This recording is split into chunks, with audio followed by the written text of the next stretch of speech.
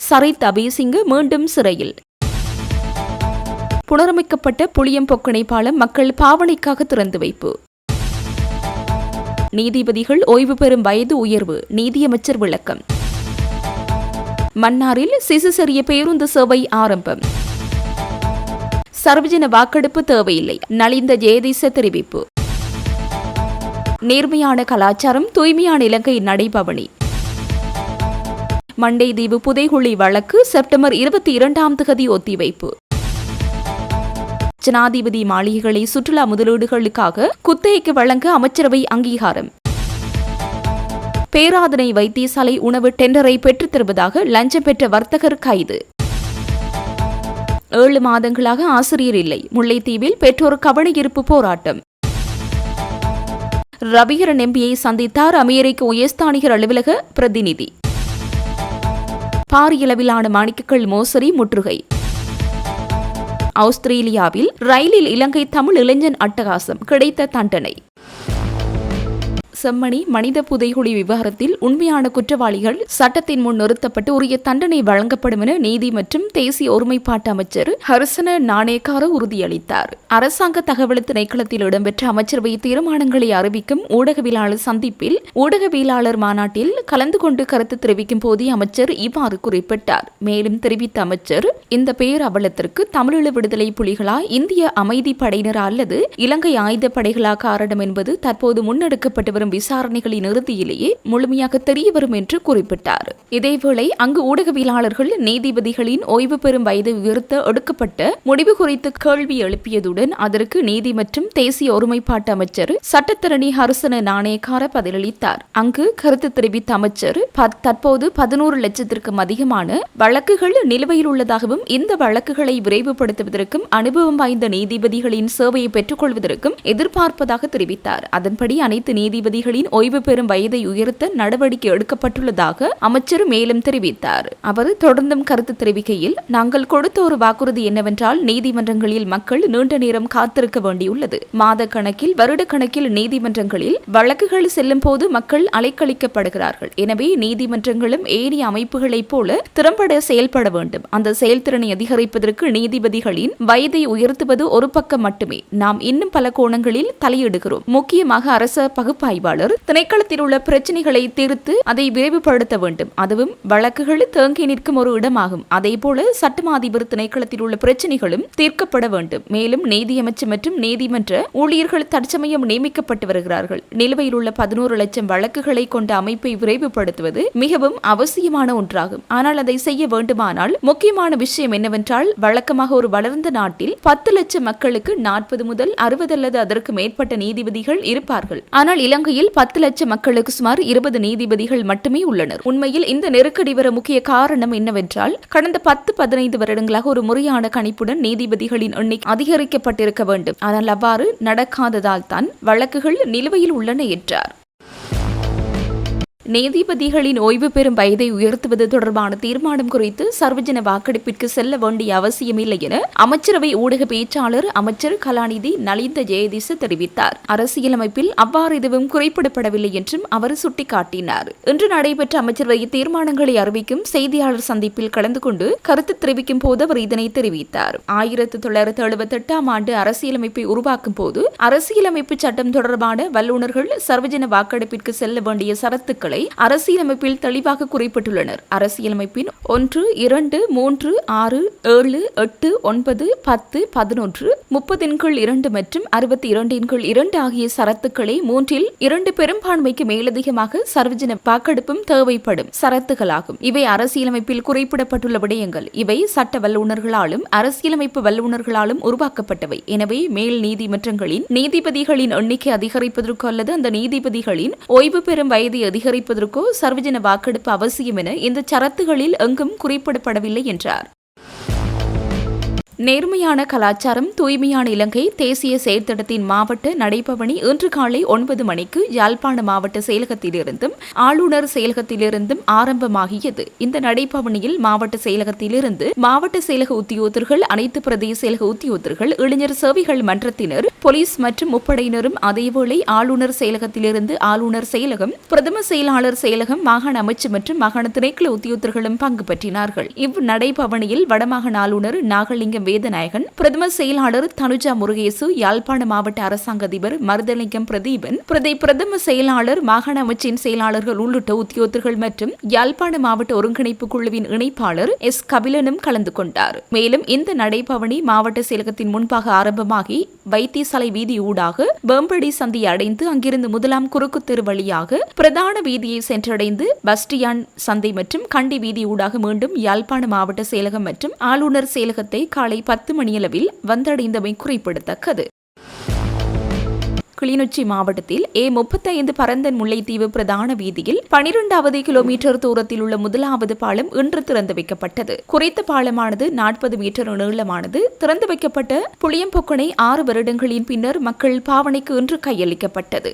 கடந்த 2020ஆம் ஆண்டு கடந்த ஆட்சியாளர்களினால் புனரமைப்பு பணிகள் ஆரம்பிக்கப்பட்டு கொரோனா பெருந்தொற்று காரணமாக பொருளாதார நெருக்கடி காரணமாகவும் இடைநடுவே கைவிடப்பட்ட நிலையில் இருந்த குறித்த பாலமானது தற்போதைய தேசிய மக்கள் சக்தி அரசாங்கத்தின் விரைவான நடவடிக்கையின் மூலம் 206 மில்லியன் ரூபாய் செலவில் குறித்த பாலத்தின் புனரமைப்பு பணிகள் நிறைவடைந்தது. இன்று வீதிகள் மற்றும் நெடுஞ்சாலை போக்குவரத்து அமைச்சர் விமல் ரத்நாயக்கவினால் உத்தியபூர்வமாக கையளிக்கப்பட்டது. குறித்த நிகழ்வில் கிளிநொச்சி மாவட்ட அரசாங்க அதிபர் எஸ் முரளிதரன், வீதி அபிவிருத்தி அதிகார சபையினர், கிளிநொச்சி மாவட்ட அபிவிருத்தி குழு இணைப்பாளர் மருங்கன் மோகன், கண்டாவளை பிரதேச செயலாளர், கிராம சேவையாளர் என பலரும் கலந்து கொண்டனர். குறித்த பாலத்தில் அபிவிருத்தி நடவடிக்கையின் போது பல்வேறு இன்னல்களும் 2 உயிர்கள் பறிகொடுத்ததுடன் பலர் வீதி விபத்துகளையும் சந்தித்து வந்த நிலையில் தேசிய மக்கள் சக்தியின் அரசாங்கத்தின் துரித நடவடிக்கையின் மூலம் குறித்த காலத்தில் அபிவிருத்தி பணிகள் நிறைவடைந்து மக்கள் பாவனைக்கு கையளிக்கப்பட்டமை குறிப்பிடத்தக்க விடயமாகும்.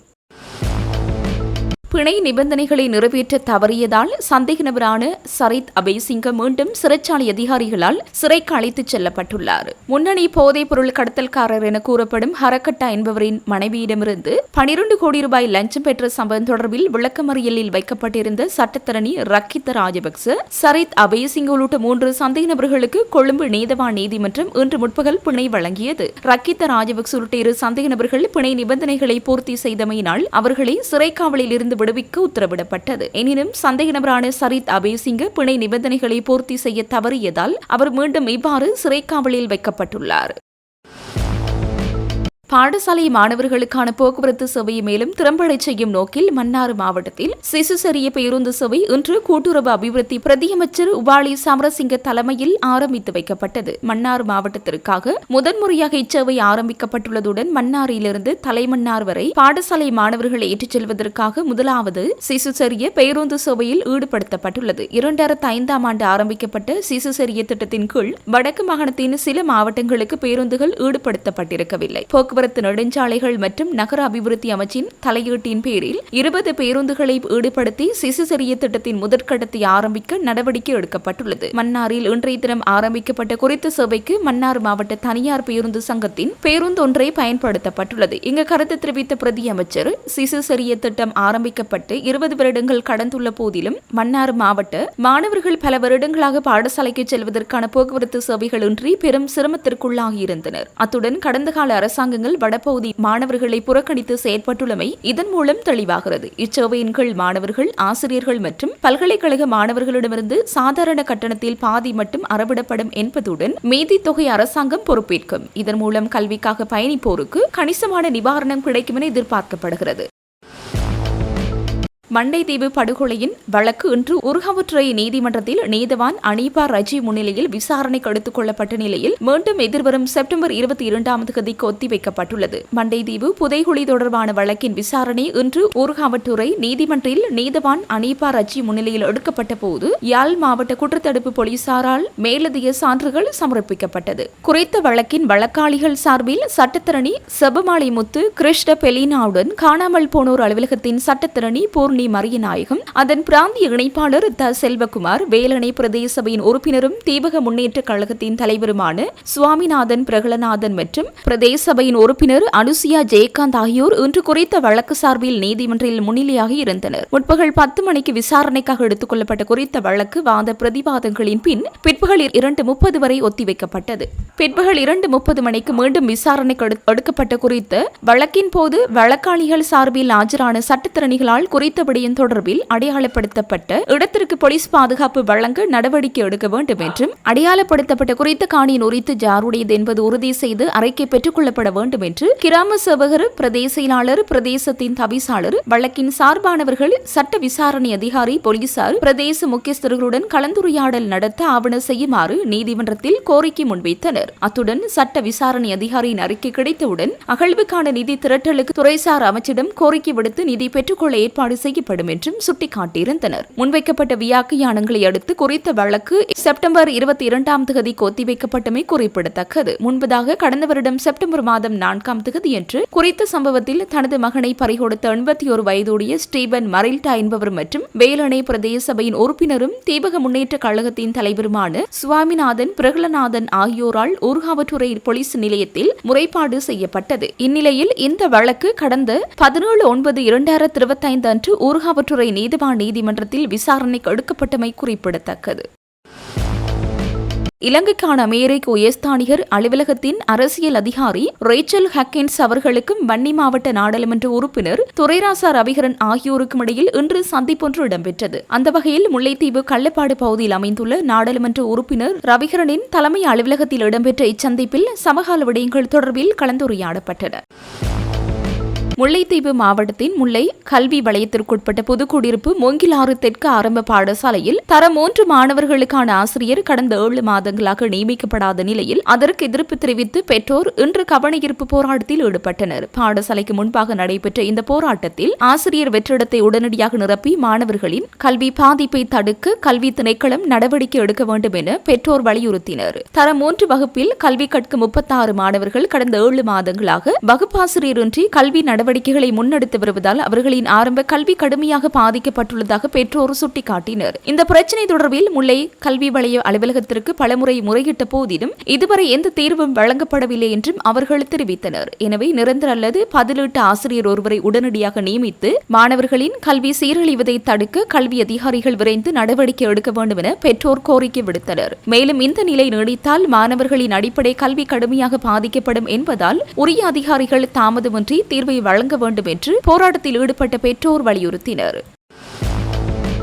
இலங்கையின் பல்வேறு பகுதிகளில் அமைந்துள்ளதும் தற்போதைய ஜனாதிபதியின் பயன்பாட்டில் இல்லாததுமான பல ஜனாதிபதி மாளிகைகளை சுற்றுலாத்துறையின் முதலீட்டு திட்டங்களுக்காக நீண்டகால குத்தகை அடிப்படையில் வழங்குவதற்கு அமைச்சரவை அங்கீகாரம் அளித்துள்ளது. ஜனாதிபதியின் உத்தியபூர்வ கடமைகள் மற்றும் தனிப்பட்ட ஓய்வு நேரங்களுக்காக பராமரிக்கப்பட்டு வரும் இந்த மாளிகைகள் தற்போது ஜனாதிபதி செயலகத்தின் கீழ் நிர்வகிக்கப்பட்டு வருவதோடு அவற்றை பராமரித்தல், பாதுகாப்பு வழங்குதல் மற்றும் ஏனைய செலவுகளுக்காக பெருமளவிலான அரசு பணம் செலவிடப்பட்டு வருகின்றது. மேலும் உயர் கட்டடக்கலை மற்றும் பொருளாதார மதிப்பை கொண்ட முழுமையான வசதிகள் மற்றும் கவர்ச்சிகரமான நிலப்பரப்புகளை கொண்ட இந்த மாளிகைகளை பொருளாதார ரீதியாக பலனுள்ள முறையில் பயன்படுத்துவதை நோக்கமாக கொண்டே இந்நடவடிக்கை எடுக்கப்பட்டுள்ளது. அரசுக்கு சொந்தமான பங்களாக்கள், வீடுகள் மற்றும் ஜனாதிபதி மாளிகைகளை பொருளாதார ரீதியாக பலனுள்ள முறையில் பயன்படுத்துவதற்கான வழிமுறைகளை அறிமுகப்படுத்துவதற்காகவே நியமிக்கப்பட்ட குழுவின் பரிந்துரைகளின் அடிப்படையில் இந்த யோசனை சமர்ப்பிக்கப்பட்டுள்ளது. இதற்கமைய பின்வரும் பகுதிகளில் அமைந்துள்ள ஜனாதிபதி மாளிகைகளை சுற்றுலா முதலீட்டு திட்டங்களுக்காக முன்மொழிவுகளை கோரி பொருத்தமான முதலீட்டாளர்களுக்கு குத்தகைக்கு வழங்க தீர்மானிக்கப்பட்டுள்ளது. பென்தோட்டை, கதிர்காமம், மகியங்கனை, எம்பிலிப்பட்டிய, அனுராதபுரம் இந்த யோசனை ஜனாதிபதியினால் சமர்ப்பிக்கப்பட்டதுடன் இதற்கு அமைச்சரவையின் அங்கீகாரம் கிடைத்துள்ளது.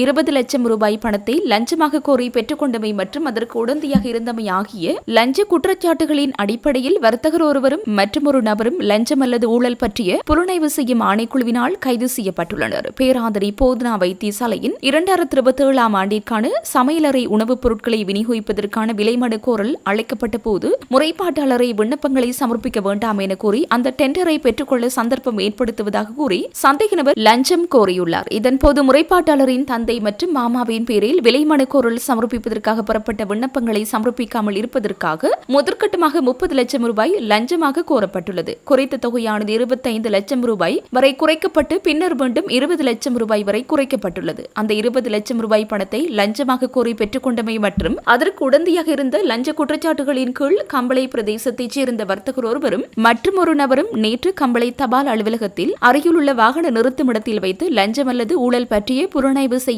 ஆணைக்குழுவின் விசாரணை அதிகாரிகளால் இவ்வாறு கைது செய்யப்பட்டுள்ளனர். சந்தேக நபர்கள் கம்பளை நீதவான் நீதிமன்றத்தில் ஆஜர்படுத்தப்பட உள்ளனர். வவுனியா கனகராயன் குளம் போலீஸ் பிரிவுக்குட்பட்ட குளவை சுட்டான் கிராமத்தில் ஊஞ்சல் தடி முறிந்து விழுந்ததில் 5 மாத குழந்தையொன்று சம்பவ இடத்திலேயே பரிதாபமாக உயிரிழந்துள்ளது. சம்பவம் தொடர்பில் தெரிய வருவதாவது, குறித்த கிராமத்தில் உள்ள வீட்டில் கட்டப்பட்டிருந்த ஊஞ்சலின் தடி எதிர்பாராத விதமாக முறிந்து சரிந்து விழுந்துள்ளது. அப்போது தாயுடன் இருந்த 5 மாத குழந்தை மீது தடி விழுந்ததில் குழந்தை சம்பவ இடத்திலேயே உயிரிழந்துள்ளது. மேலும் விபத்தில் குழந்தையின் தாயாரின் காலில் தடி விழுந்ததால் அவர் காயமடைந்துள்ளார். உடனடியாக மீட்கப்பட்ட அவர் மேலதிக சிகிச்சைக்காக வவுனியா மாவட்ட பொது வைத்தியசாலையில் அனுமதிக்கப்பட்டுள்ளார். உயிரிழந்த குழந்தையின் சடலம் உடற்கூற்று பரிசோதனைக்காக வவுனியா மாவட்ட பொது வைத்தியசாலையின் பிரேத அறையில் வைக்கப்பட்டுள்ளது. இச்சம்பவம் தொடர்பாக கனகராயன் குளம் போலீசார் மேலதிக விசாரணைகளை மேற்கொண்டு வருகின்றனர். கொரோனை வகவத்த ஹொபவக்கத்த பிரதேசத்தில் கழுகங்கையை மையமாக கொண்டு முன்னெடுக்கப்பட்டு வந்த சட்டவிரோத மாணிக்கக்கல் அகழ்வு மற்றும் மணல் அகழ்வு நடவடிக்கைகளை பலான ஊழல் தடுப்பு பிரிவின் அதிகாரிகள் குழுவினர் முற்றுகையிட்டுள்ளனர். இதன்போது இச்செயற்பாட்டுடன் தொடர்புடைய 25 நபர்கள் கைது செய்யப்பட்டுள்ளனர். இந்த முற்றுகையின் போது சட்டவிரோத நடவடிக்கைகளுக்காக பயன்படுத்தப்பட்ட 14 படகுகள் மற்றும் மாணிக்கக்கல் அகழ்வுக்கு பயன்படுத்தப்பட்ட இயந்திரங்கள் உள்ளிட்ட பல உபகரணங்களையும் போலீசார் தமது பொறுப்பில் எடுத்துள்ளனர். கைது செய்யப்பட்ட சந்தேக நபர்கள் 30 முதல் 40 வயதிற்கு இடைப்பட்ட ஹொரணை மற்றும் அதனை சுற்றியுள்ள பகுதிகளைச் சேர்ந்தவர்கள் என போலீசார் தெரிவித்தனர். போலீஸ் மா அதிபருக்கு கிடைத்த தகவலுக்கு அமையவலான ஊழல் தடுப்பு பிரிவின் பணிப்பாளர் ரோஹண ஒழுகலவின் ஆலோசனையின் பேரில் இந்த விசேட முற்றுகை நடவடிக்கை மேற்கொள்ளப்பட்டுள்ளது. தற்போது மேல் மாகாண சபையினால் நிர்வகிக்கப்பட்டு வரும் ஹொரணை மாவட்ட பொது வைத்தியசாலையை சுகாதார அமைச்சரிடம் கையளிப்பதற்காக விசேட வர்த்தமானி அறிவித்தல் வெளியிடப்பட்டுள்ளது. தற்போது ஹொரணை மாவட்ட வைத்தியசாலையின் மொத்த படுக்கை கொள்ளளவு 544ஆகவும் அங்கீகரிக்கப்பட்ட பணியாளர்களின் எண்ணிக்கை 739ஆகவும் உள்ளது. ஹொரணை பிரதேசம் மற்றும் அதனை சுற்றியுள்ள களுத்துறை, கொழும்பு மற்றும் ரத்னபுரி மாவட்டங்களைச் சேர்ந்த பகுதிகளை உள்ளடக்கிய மைய பகுதியில் அமைந்துள்ள இவ்வைத்தியசாலை மூலம் சுமார் 10 லட்சம் பேருக்கு சுகாதார சேவைகள் வழங்கப்படுகின்றன. மாவட்ட பொது வைத்தியசாலை என்ற ரீதியில் 3ஆம் நிலை பராமரிப்பு சேவைகளை வழங்குவதற்கு தேவையான வசதிகள் மற்றும் மனித வளங்களை மேம்படுத்த வேண்டியதன தேவையின் அடிப்படையில் குறித்த வைத்தியசாலையை சுகாதார மற்றும் ஊடக அமைச்சின் கீழ் பொறுப்பேற்பது பொருத்தமானது என அடையாளம் காணப்பட்டிருந்தது. இதற்கு மேல் மாகாண ஆளுநரின் உடன்பாடு கிடைத்துள்ளதோடு கடந்த ஜூன் 30ஆம் தேதி இவ்வைத்தியசாலையை சுகாதார மற்றும் ஊடக அமைச்சிடம் பொறுப்பேற்பதற்கு அமைச்சரவை ஒப்புதல் அளித்திருந்தது. நிதி திட்டமிடல் மற்றும் பொருளாதார அபிவிருத்தி அமைச்சர் மற்றும் அரசு சேவை ஆணைக்குழுவின் அவதானிப்புகள் மற்றும் பரிந்துரைகளுக்கு உட்பட்டு இந்த அனுமதி வழங்கப்பட்டுள்ளது. ஆஸ்திரேலியாவின் பிரிஸ்பேன் நகரில் ஓடும் தொடருந்தில் தனியாக பயணம் செய்த நபர் ஒருவர் மீது தாக்குதல் நடத்திய குற்றத்திற்காக இலங்கை வம்சாவளியைச் சேர்ந்த 22 வயதான சரணியஸ் சிவகுமார் என்பவருக்கு நீதிமன்றம் சிறை தண்டனை விதித்து தீர்ப்பளித்துள்ளது. கடந்த ஏப்ரல் 25ஆம் தேதி கிளீம் லேன் வழித்தட தொடருந்தில் இந்த சம்பவம் நடந்துள்ளது. சரணியஸ் சிவகுமார் மற்றும் அவரது நண்பரான பேட்லி மாவினி ஆகிய இருவரும் தொடருந்தில் தனியாக பயணித்த நபர் ஒருவருடன் ஏற்பட்ட வாய்த்தர்க்கம் கைகலப்பாக மாறியுள்ளது. இதில் இருவரும் சேர்ந்து அந்த நபரின் முகத்திலும் தலையிலும் சரமாரியாக தாக்கியுள்ளனர். பாதிக்கப்பட்ட நபர் தொடருந்தை விட்டு இறங்க முயன்ற போது மூடப்பட்ட கதவுகள் வழியே அவரை இழுத்து தடுத்துள்ளனர். பின்னர் அந்த நபரின் பையை பறிக்க முயன்ற போது சரணி சிவகுமார் கண்ணாடி பொருள் ஒன்றினால் அவரது தலையில் பலமாக தாக்கியுள்ளார். இதில் பலத்த காயமடைந்து ரத்தம் சிந்திய அந்த நபர் இந்த அதிர்ச்சிகரமான சம்பவத்துக்கு பிறகு குயின்ஸ்லேன் மாகாணத்தை விட்டு வெளியேறியுள்ளதாக நீதிமன்றத்தில் தெரிவிக்கப்பட்டது. கிளிவ்லேன் நீதவான் நீதிமன்றத்தில் இடம்பெற்ற இந்த வழக்கில் சரணி சிவகுமார் தான் தற்காப்புக்காகவே இவ்வாறு நடந்து கொண்டதாக கூறினார். எனினும் அதனை நிராகரித்த நீதவான், தற்காப்பு என்பது வேறு, ஒருவர் தலையில் தாக்குவது தற்காப்பாகாது, இது ஒரு அப்பாவி மனிதனின் மீது நடத்தப்பட்ட கொடூரமான தாக்குதல் என கடுமையாக விமர்சித்தார். எனினும் இந்த வழக்கின் அதிகபட்ச தண்டனை காலம் 12 மாதங்கள் மட்டுமே என்பதால் சரணிஸுக்கு 8 மாத சிறை தண்டனை விதிக்கப்பட்டது. ஏற்கனவே 89 நாட்கள் விளக்கமறியலில் இருந்தமையினால் மீதி தண்டனை காலத்தை கண்காணிப்பின் கீழ் பிணையில் கழிப்பதற்கு நீதிமன்றம் அனுமதித்தது. சரணிஸ் சிவகுமார் சிறுவயதிலே ஆஸ்திரேலியாவுக்கு சென்று குடியேறியவர் என்பதுடன் கடந்த ஆண்டு அவருக்கு ஆஸ்திரேலிய குடியுரிமை கிடைத்துள்ளது என்பதும் குறிப்பிடத்தக்கது. மெல்போர்னில் இருந்து வேலை தேடி பிரிஸ்பேன் வந்த அவர் சம்பவத்தின் போது வீடற்றவராகவும் வேலையற்றவராகவும் இருந்துள்ளார். இந்த தாக்குதலில் தொடர்புடைய மற்றொரு குற்றவாளியான மாவினேவுக்கு ஏற்கனவே 10 மாத சிறை தண்டனை விதிக்கப்பட்டுள்ளமை குறிப்பிடத்தக்கது. ஜப்பானின் தெற்கு பகுதியான குமமோட்டோவில் இன்று ரிக்டர் அளவில் 7.1 பதிவான பலத்த நிலநடுக்கம் காரணமாக பெரும் சேதம் ஏற்பட்டுள்ளது. இதில் 50க்கும் மேற்பட்டோர் காயமடைந்துள்ளதாக செய்திகள் தெரிவிக்கின்றன. வணிக வளாகம் உட்பட பல கட்டடங்கள் இடிந்து விழுந்துள்ளதாகவும் தீப்பற்றியுள்ளதாகவும் வரலாற்று சிறப்புமிக்க குமமோட்டோ கோட்டையின் சுவர்களும் சேதமடைந்துள்ளதாக குறிப்பிடப்பட்டுள்ளது. இதேவேளை சுமார் 40,000 வீடுகளுக்கான மின்சார விநியோகம் துண்டிக்கப்பட்டுள்ளதுடன் கைபேசி சேவைகளுக்கும் இடையூறு ஏற்பட்டுள்ளது. அதிவேக ரயில்கள் உட்பட அனைத்து ரயில் சேவைகளும் நிறுத்தப்பட்டுள்ளதுடன் குமமோட்டோ விமான நிலையத்தின் ஓடுபாதைகளும் மூடப்பட்டுள்ளன. முன்னெச்சரிக்கை நடவடிக்கையாக TSMC, சோனி மற்றும் பூஜி பிலிம் போன்ற முன்னணி நிறுவனங்களின் ஊழியர்கள் தொழிற்சாலைகளிலிருந்து வெளியேற்றப்பட்டுள்ளனர். ஆரம்பத்தில் சுமார் 1 மீட்டர் உயரத்தில் சுனாமி எச்சரிக்கை விடுக்கப்பட்ட போதிலும் பின்னர் அது விலக்கிக் கொள்ளப்பட்டது. நிலநடுக்கத்தால் அப்பகுதியில் உள்ள அணுமின் நிலையங்களுக்கு எவ்வித சேதமும் ஏற்படவில்லை என அந்நாட்டு அரசாங்கம் தெரிவித்துள்ளது. இதனிடையே எதிர்வரும் வாரத்தில் மேலும் நிலநடுக்க அதிர்வுகள் மற்றும் மண் சரிவுகள் ஏற்படக்கூடும் என்பதனால் அவதானத்துடன் இருக்குமாறு மக்களுக்கு அறிவுறுத்தப்பட்டுள்ளது.